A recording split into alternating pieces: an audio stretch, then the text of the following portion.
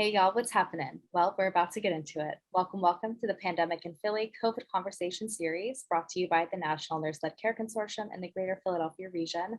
I'm your host, Kelsa Lowe, Project Coordinator with NNCC, joined by your co-host, Kevin Leacock, NNCC Project Manager. Our team is here to support community health workers and frontline staff by providing up-to-date information on the COVID-19 pandemic. In this series, we hope to promote vaccine confidence through conversations with medical professionals and frontline workers to address issues exacerbated by the pandemic. So grab your morning cup of coffee and let's get conversing.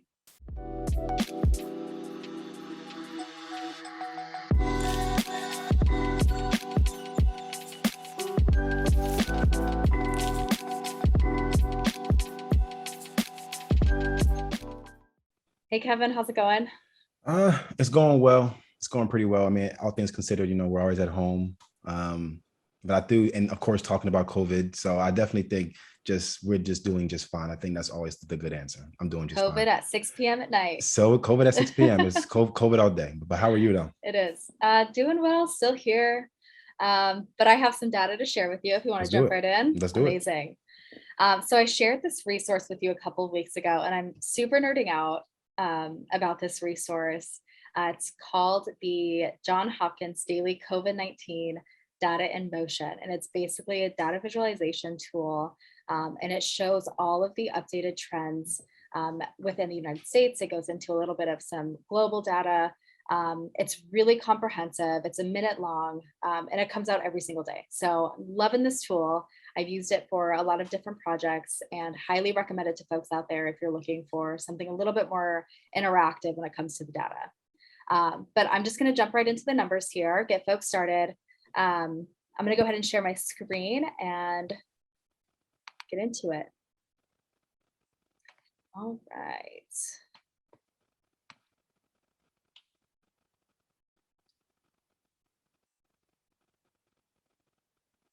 So what we're looking at here, on September 12th alone, there were approximately 770,000 vaccine doses administered across the United States, bringing the total US population that's fully vaccinated up to about 54%.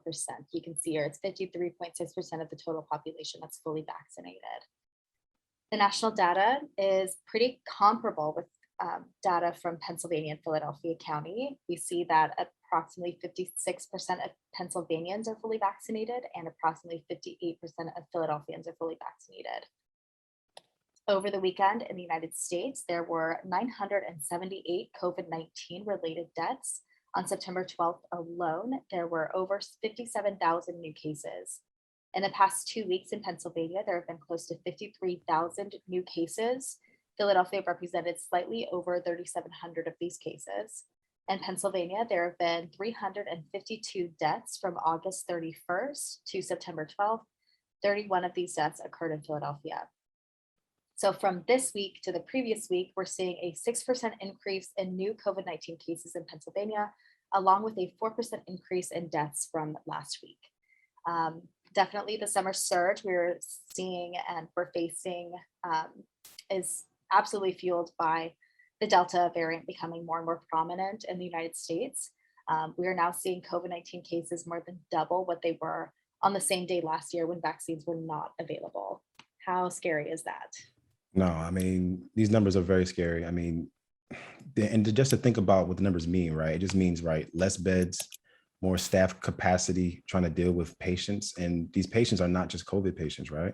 They're everybody. So, people who may deal with gunshot wounds or just dealing with their, typical checkups and having some kind of complications, they may not have a place to stay, right? So that kind of surge capacity kind of just trickles down to everything. So like you said, it's scary, it's sad, it's all the above really, Yeah, absolutely. And I think in addition to this too, besides hospitalization rates and turning patients away and not being able to access care as readily, an additional component within this is the hospital staff and nurses and providers who are constantly burnt out.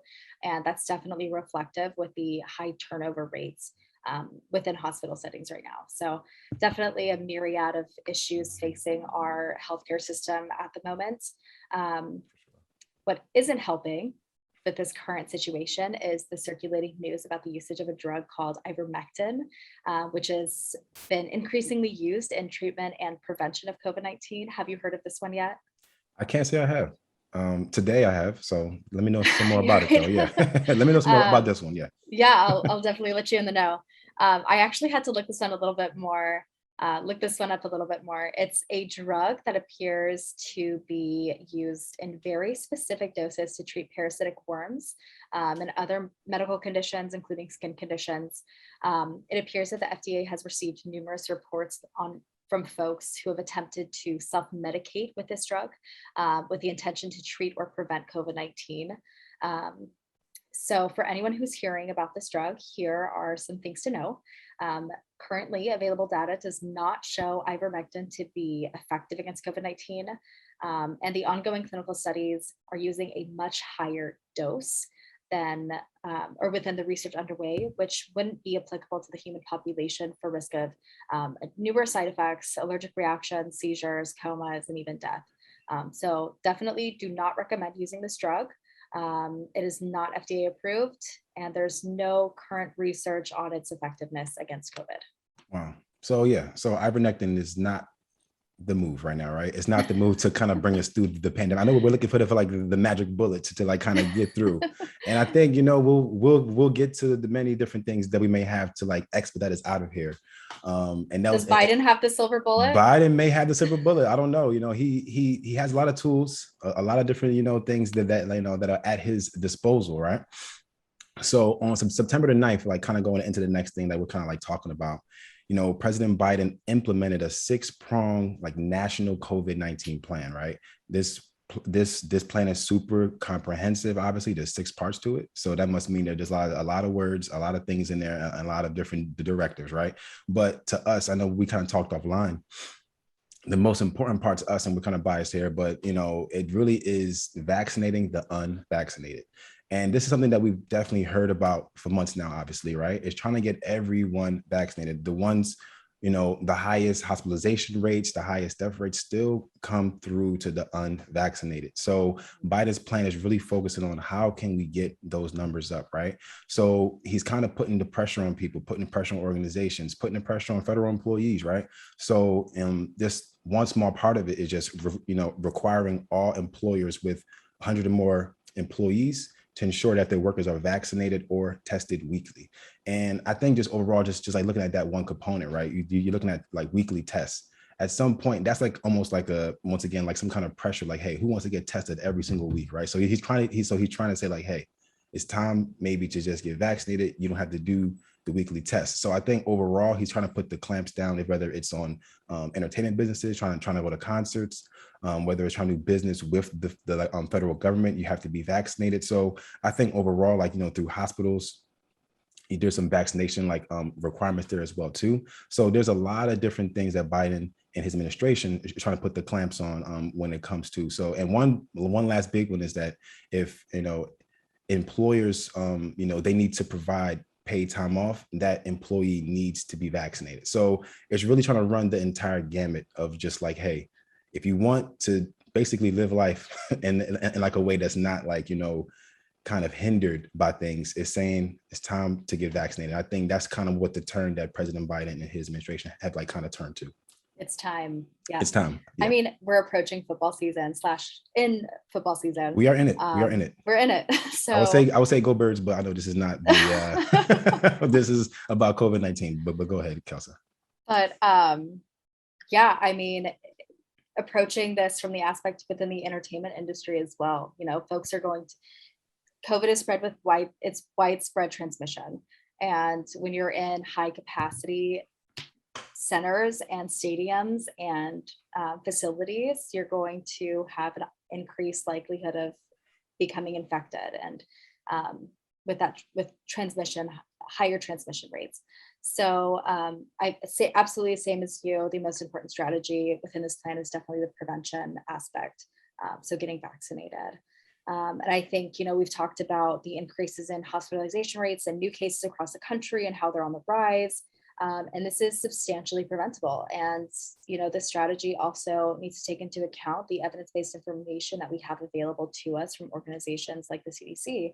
The CDC puts out a vaccine confidence insight report, and the one that was published on September 2nd has demonstrated that folks are increasingly concerned about vaccine effectiveness and being able to provide accurate information to communities to simultaneously address vaccine hesitancy issues. So this definitely is a dual-pronged sword here that we're dealing with. For sure, for sure. And that's why we have the folks listening right now. You are the community outreach worker, the community health worker, right? So you all go into the communities and provide that outreach and that education, because it's still proven to be very critical to anything that's happening right now, to kind of like really attack, vaccine hesitancy, kind of have that peer-to-peer education, and really hammer home just how important it is for folks to be vaccinated. I think that's kind of what we're looking at right now.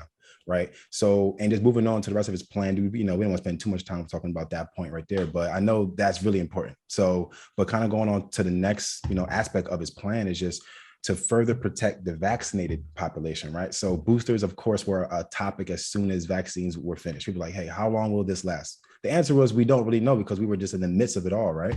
So the Biden administration wants there to be like an easy access to boosters, and to ensure Americans, that they know where to go to get their shot. And if they need the shot, are they like immunocompromised and different things like that? So I know, Kelsey, like that's a pretty big thing that we're kind of like looking at as well too. Absolutely, especially for folks who have had their vaccination for 8 months or longer. They're approaching 8 months. I know that number was kind of thrown around a little bit out there. So really deciphering, when is the time to get a booster vaccine, and how we can best support members of our population that are immunocompromised or pregnant individuals, or need the vaccination after their 8 months of being first vaccinated. So definitely an important question of immunity to address here as well. Yeah, absolutely. We want to keep those who are vaccinated safe, those who are unvaccinated. And I think just overall, just keeping everybody safe, right? So the next part of the plan that we want to talk about is keeping schools safely open, right? So there's like different incentives that Biden is trying to like urge to states to like adopt these vaccine requirements, right? These different policies, some such as like providing different funding to school districts, using legal authority to protect students' access to on-site instruction. Of course, our favorite thing, regular testing, trying to get more and more testing to students who are actually in school, and teachers, right? Because it's not only students, we have teachers, we have people who work in the schools, we have universities, there's all these different things that are like going on that we want to talk about as well too. And also just providing a timely review of the vaccines in those younger than 12 years old, because those are younger than 12 are still waiting as well too. How do we protect them when they're in school? And they may be like a little 4 or 5-year-old who may take his mask off and not understand the severity of what's happening. Yeah. So I think overall we want to just continue to like talk about that and really help parents like understand, as more and more reports come out, as as cases and deaths of children due to COVID-19, we want to be able to empower young people to have the information, have the autonomy to say, I want to get the vaccine. I want to be able to like, encourage my friends to get the vaccine as well too, because it's super important about how we live and how we move. So that's super important part, how we keep kids safe, how we keep, schools safe, school teachers and different things like that as well, as we kind of like move forward. Absolutely. And it's, as parents and community members and the general public, and administrators and educators, as the school system opens back up, as we're all going back to school, there's a lot of concerns out there, and really the best way to approach the situation and address these concerns is, while simultaneously providing quality education on site, is to vaccinate our children and require masks, and partner with school administrators to support them in spreading these messages. It's definitely important that people feel safe and that children have the autonomy to provide life-saving technology to their communities. Yeah, no, absolutely. I mean, and we can just breeze past this next one because we already talked about it multiple times, right? It's just increased testing and requiring masking. So we've been wearing masks for a very long time. And, we'll get to later, like, hey, how long do you think that we can wear masks and different things like that? Like, how long will it last and all that, right? So I think just, expanding those testing opportunities, whether they be at home, whether it's at pharmacies, whether it's in the communities, that really need it. How do we get people tested if they feel symptoms of like any kind, make sure that it's like affordable and different things like that too. So just expanding that testing, and like I said, continuing to require masks, especially when we're indoors and things like that around folks that we don't know who are vaccinated or not. And even if they are, we're still thinking about these different quote unquote breakthrough cases and things like that. So there's a lot of different things happening when it comes to that, but increased testing and masking are still on the table. So basically wear a mask when you're at the football stadium. Um, yeah, it's crazy to think nowadays that we used to fly across the country without masks. Like, I don't miss colds. I don't miss getting the flu. I don't Yeah. miss that. Yeah, no, and it's funny, too. You think about people who's be like close talkers, and people would be like, people Yeah. like to be, there's like all these different things that you think about, like, hey, you probably shouldn't be doing that, right? So I do think like over time when we think about like masking and how long would it last, I think we just need to continue to listen to CDC, see those different recommendations, and continue to just be as safe as possible, really. And of course, get vaccinated, put your mask on when necessary. If you're outdoors, of course, try to get some sunlight like on your face, in the bottom half of your face, specifically.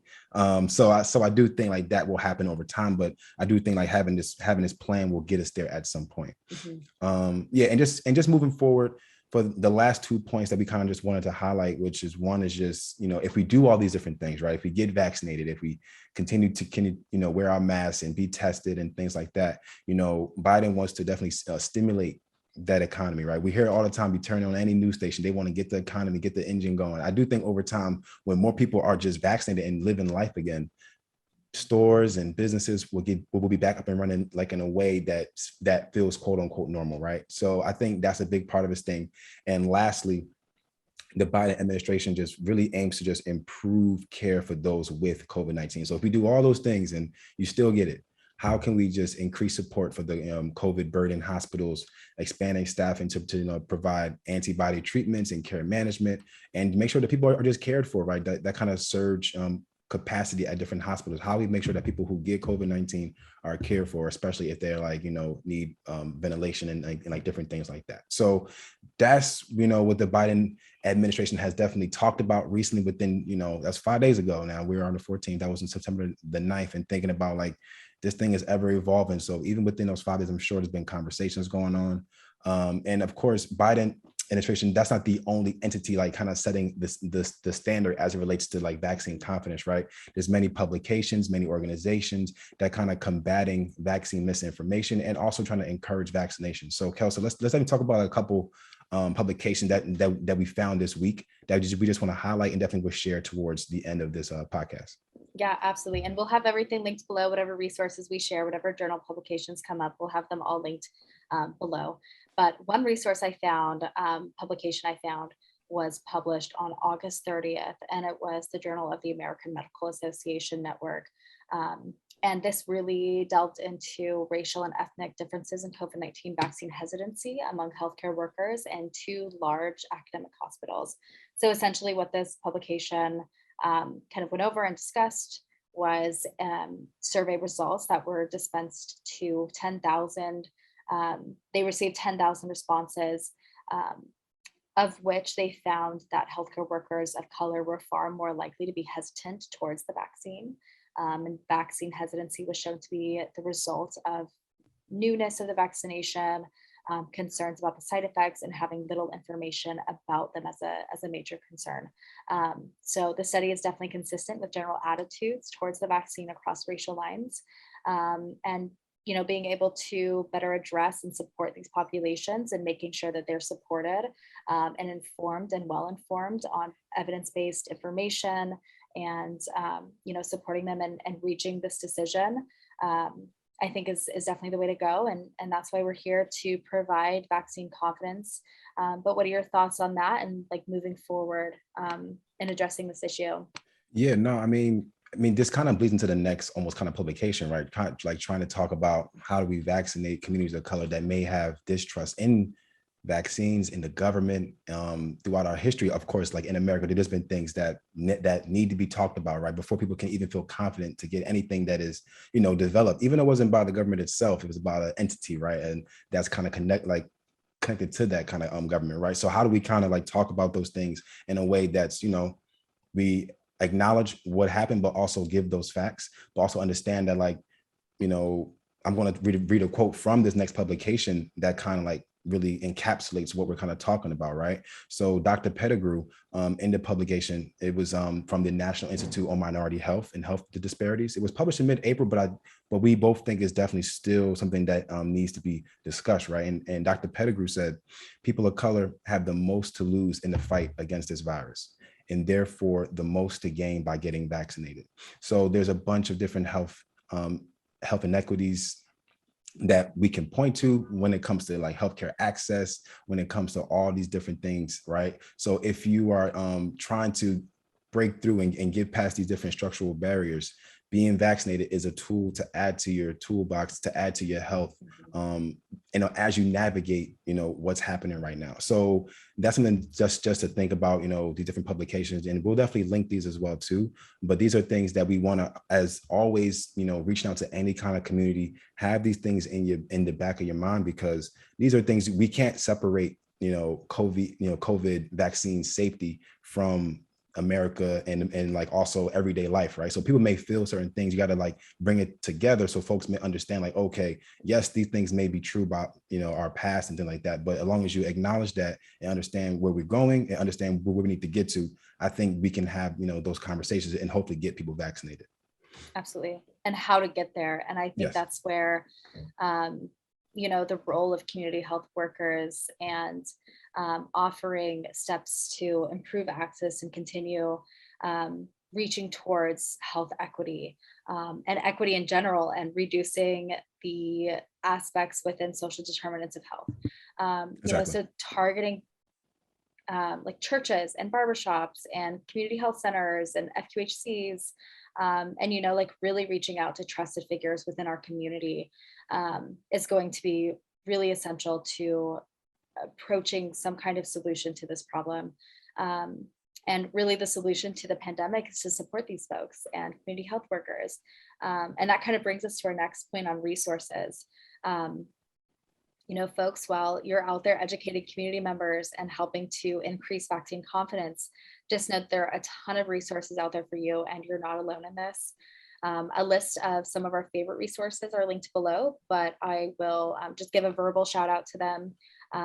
As I've mentioned earlier, Johns Hopkins University has a daily data and motion visualization tool for data trends and highlights, and that they're just 1-minute segments. Highly recommend that resource.